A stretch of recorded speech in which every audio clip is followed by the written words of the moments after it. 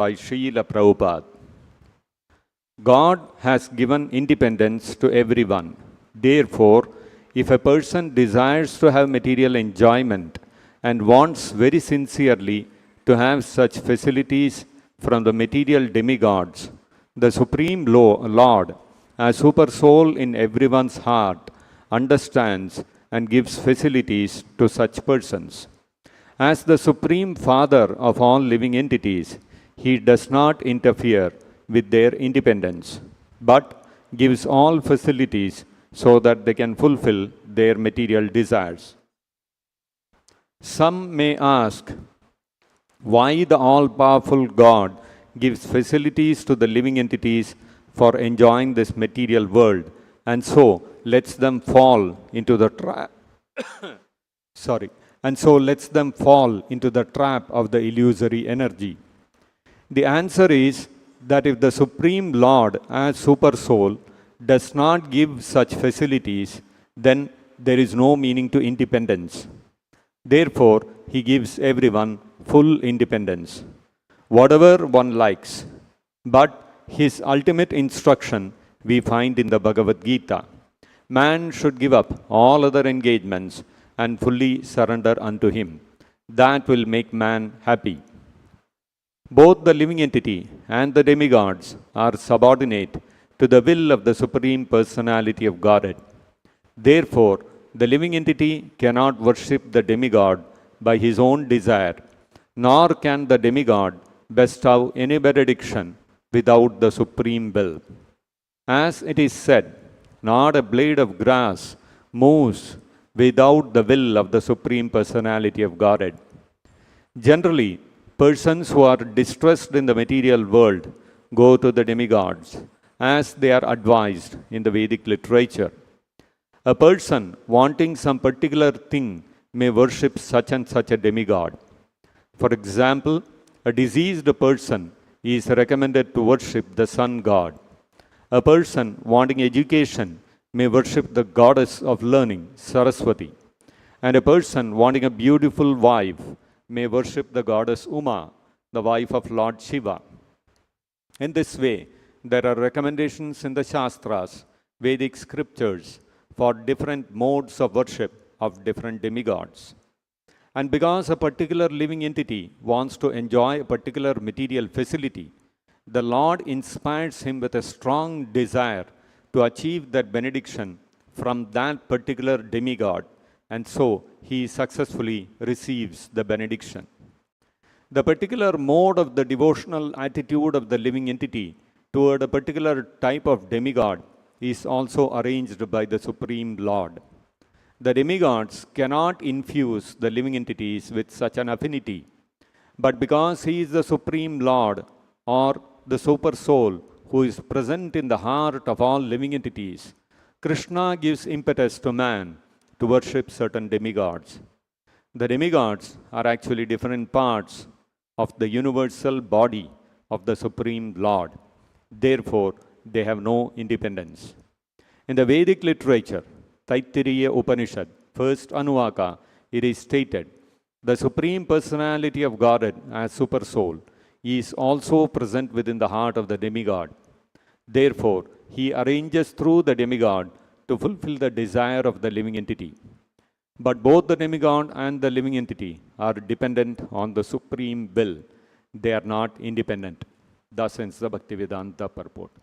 Om Ajnanatimirandhasya Jnananjanashalakaya Chakshurunmilitam Yena Tasmai Shri Gurave Namaha Nama Om Vishnupadaya Krishna Prayeshtaya Bhutale Srimate Bhaktivedanta Swaminiti Namine Namaste Saraswate Deve Gauravani Pracharine Nirvishesha Shunyavadi Paschatya Deshatarine Jaya Shri Krishna Chaitanya Prabhu Nityananda Shri Advaita Gadadhara Shri Vasadi Gaura Bhakta Vrinda Hare Krishna Hare Krishna Hare Hare Hare Rama Hare Rama, Rama Rama, Hare Hare. Mukam karoti vachalam, pangum langhayate girim, yat kripatamaham vande, Shri Gurum Deenataranam. So now is the season for Navaratri, which is going to start. Already today Mahalaya Amavasya, early morning 4 a.m., especially in Bengal, all the people woke up to chanting of certain mantras for Durga. And in Bengal, we all know how Durga Puja is celebrated on a very big scale. And next 9 days, there will be a lot of celebrations. And eventually, we'll end with, there will also be Vijayadashmi, the day of Lord Ramachandra's victory. And so many things happen. So, sometimes we hear a puja, and a few weeks back, there was Ganesh Chaturthi, which in Maharashtra is very famous, celebrated in a big way. And sometime in Karnataka, especially if you see, Shivaratri becomes very big. Tamil Nadu also. Wherever there are Shiva temples, whole night people will do Jagaran and all that. So India especially, there is a lot of religious fervor associated with worship of the different devatas. And Srila Prabhupada uses an interesting term to refer to the devatas, referring to all these personalities, whether it is Lord Shiva, Ganesha, etc. Shri Krishna, Rukmani, Satyabhama ki ja.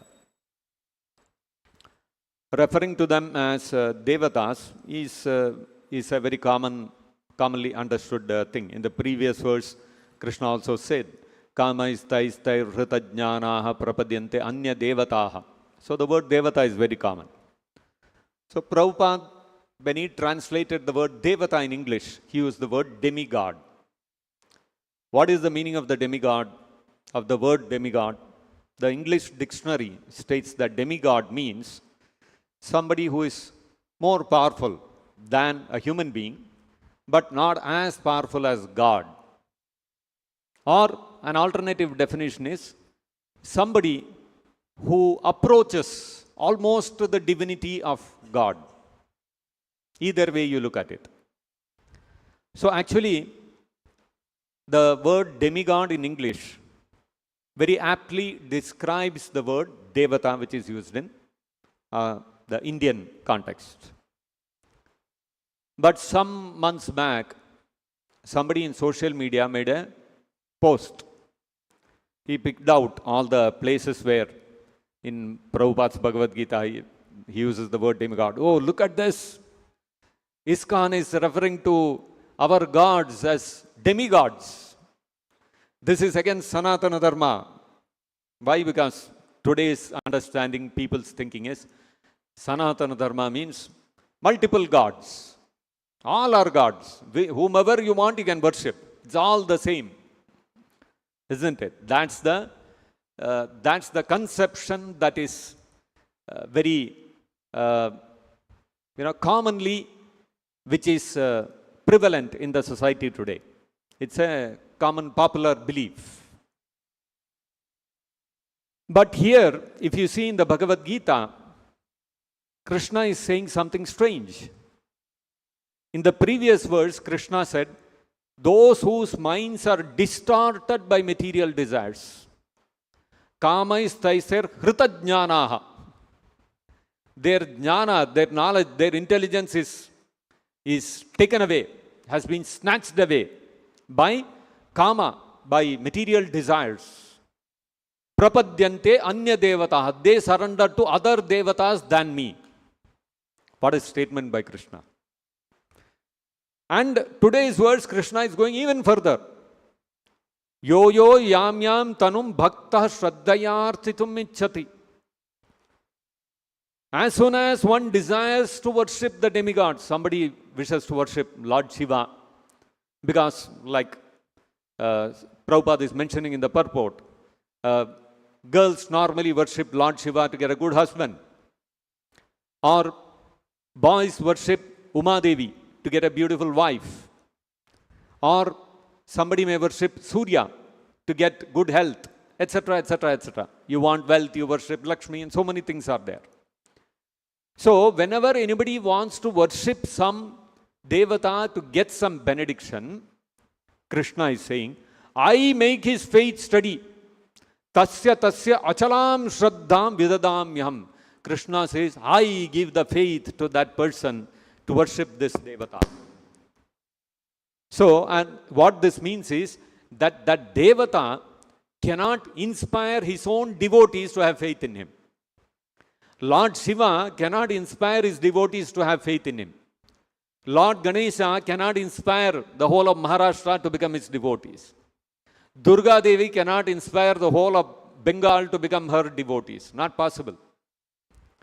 It is Krishna who gives that faith in that respective devotee. See? So Krishna, he plays a role higher than that of all the devatas.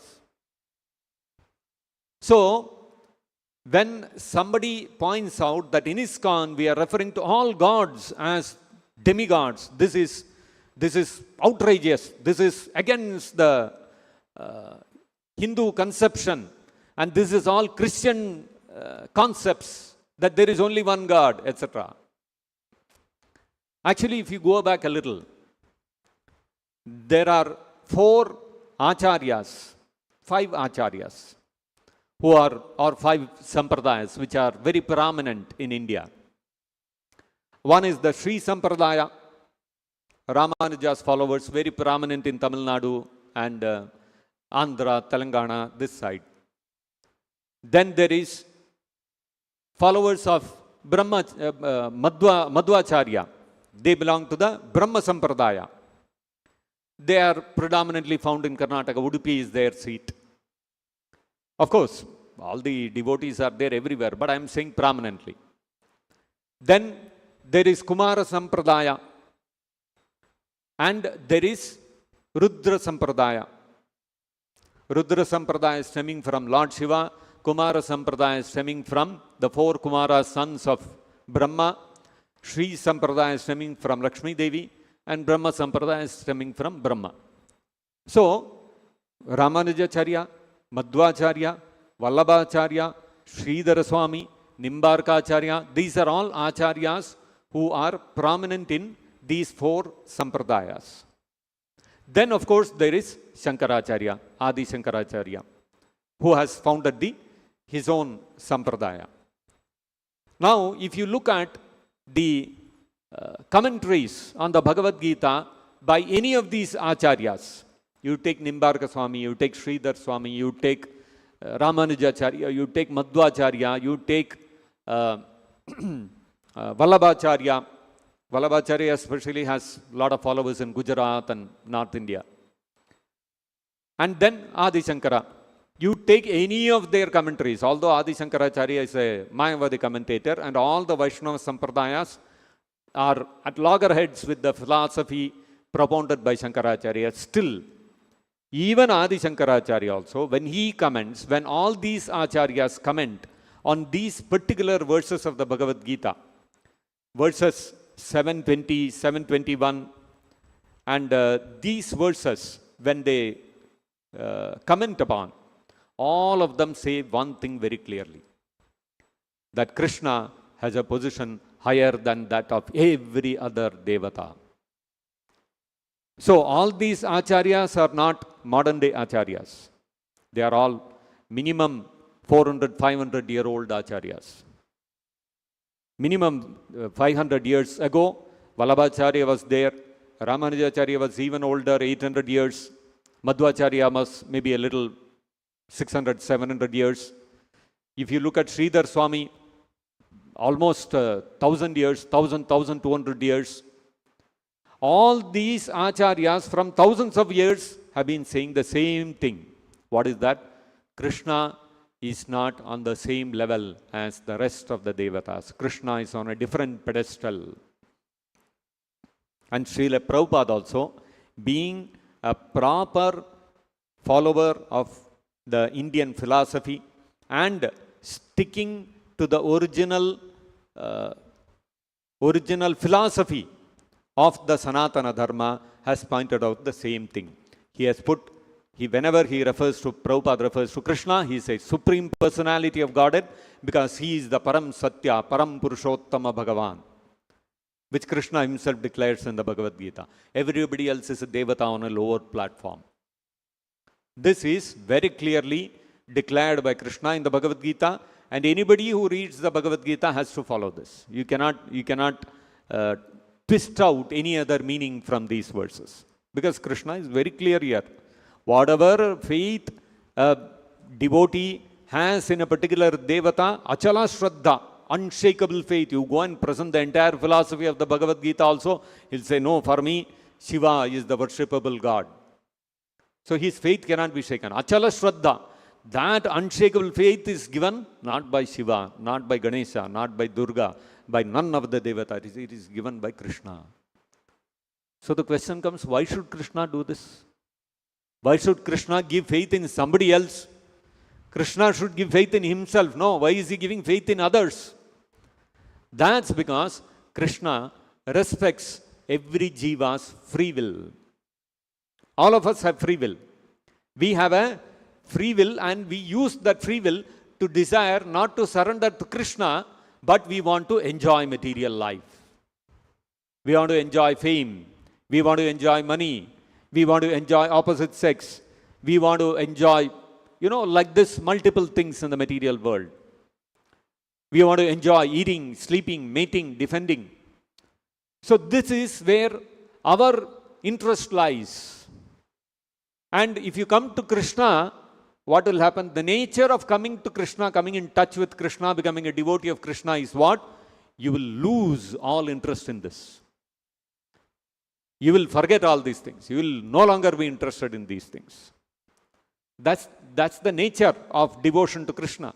You look at all the examples of devotees of Krishna, whether it is Prahlad Maharaj, whether it is Dhruva Maharaj, whether it is any of the other devotees, great devotees of the day. You look at all the Alvars, all of them without exception, because of their devotion to Krishna, they forget everything else. Whether it is Mirabai, Surdas, anybody you take for that matter. They are no longer interested in material life. Material life becomes most abominable to them. When Dhruva Maharaj, as a small child, 5-year-old child, wanted a kingdom bigger than his father's, his father was ruling over the whole earth. Dhruva Maharaj wanted a kingdom better than him. And so he went and worshipped Vishnu. And by worshipping Vishnu, by executing intense tapasya, austerities for 6 months, what happened at the end of the 6 months? Dhruva Maharaj had darshan of Vishnu. And Vishnu appeared before Dhruva Maharaj, 5-year-old child. And when Vishnu appeared before Dhruva Maharaj and said, my dear son, you have been executing such severe tapasya, austerities to appease me. Now I am pleased. What do you want? Please ask without hesitation. I'll give you whatever you want. What was Dhruva Maharaj's response? You can imagine, he gave up his family, he gave up his palace, he gave up his mother, went to the forest, took all that risk for what? To get a kingdom better than his father's. And now Vishnu is present before him, telling him, whatever you want, you ask, I'm ready to give. He could have asked for the whole universe. Instead, what did he say? Kacham michinman api divya ratnam swamin kritarthosmi varam nayache. So he said, Swamin kritarthosmi. Oh my Lord, I have had darshan of you. I feel completely satisfied. Kritartha, I am fully satisfied. Varam nayache, I don't want any benediction from you. And he said, Kacham michinvan, I was searching for some broken pieces of glass. Abhidivya Ratnam, but I got a divine Ratna, I got a divine jewel, which is you. So what more do I need? I don't need all these broken pieces of glass. I don't need a kingdom. So why did he forget that all the reason for his taking so much tapasya that did he forget the insult of his stepmother? Did he forget that the root cause of his meditating upon Vishnu was to get the kingdom better than his father's? No. He said, Sthane Sita. I was actually situated in this tapasya for getting this sthana, for getting a position bigger than my father's. So he very well remembered, but he said, now it doesn't appeal to me. Now I had darshan of you, what more do I need? So you see, this is the issue with becoming a devotee of Krishna. You will lose all interest in the material world. In fact, the Bhagavatam in the very beginning says, Vasudeve Bhagavati Bhakti Yoga Prayojitaha. Anybody who engages in devotional service to Krishna, with whatever reason he may have in mind, it may be out of bhayat, snehat, kama, dveshat, it may be out of fear, out of lust, out of dvesha, out of enmity.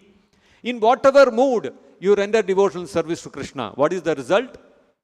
Vasudeve Bhagavati Bhakti Yoga Prayojita Janayati Ashu Vairagyam Jnanam Cha Yadahaitukam. It will generate vairagya in your heart. It will generate renunciation. You will become no longer interested in the material world, material life, material happiness. This is the effect of worshipping Krishna, rendering devotional service to Krishna. But what is our mood? We don't want vairagya. We want to enjoy material life. That's our misuse of our free will. But Krishna respects our free will, and Krishna says, okay, you have no interest in spiritual life. You don't want to get out of the cycle of birth, death, disease, old age. You don't want to get out of the repeated cycle of birth and death. You want to enjoy material life. All right. You have faith in this Devata, he will fulfill your desire. So Krishna is so loving, he is so kind.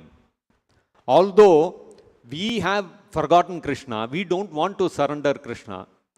Fact is, without Krishna's sanction, not even a blade of grass will move. So how will we fulfill our desires without Krishna's help? So Krishna very kindly gives us forgetfulness about him, and Krishna gives us faith in the devatas and the demigods so that we can satisfy our material desires. Now the question is, so satisfy my material desires, what is the need to surrender to devatas? There are so many atheists.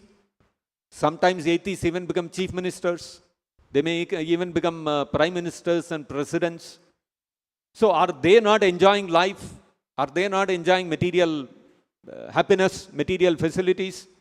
Some people are terrorists. They are also living in great luxury.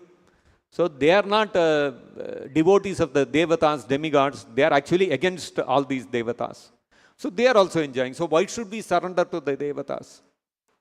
The point is that all the devatas, all the demigods, whether it is Lord Shiva, Brahma, Indra, Ganesha, Shani, whoever you take, all the devatas, they are all appointed representatives of Krishna. So, if somebody wanting to fulfill his material desires approaches the devatas, there is a chance that after many, many lifetimes, we may come to the point of understanding that there is somebody above these devatas also, which is Krishna, which is Vishnu, Narayana. And so, we can approach them. There is a door through which you can approach Krishna. This is the whole scheme of things which is given in the Vedic scriptures. That's why the Vedic scriptures speak so elaborately in the Karma Kanda portion about worshipping so many devatas. The idea is, fulfill your desire by worshipping the devatas. Gradually, you will come to understand that the devatas are not fully independent. They are not God themselves. They are all demigods. They are more powerful than us, but they are not God. And so therefore, God is somebody who is above them. He is the one who gives the power of giving benediction to the devatas.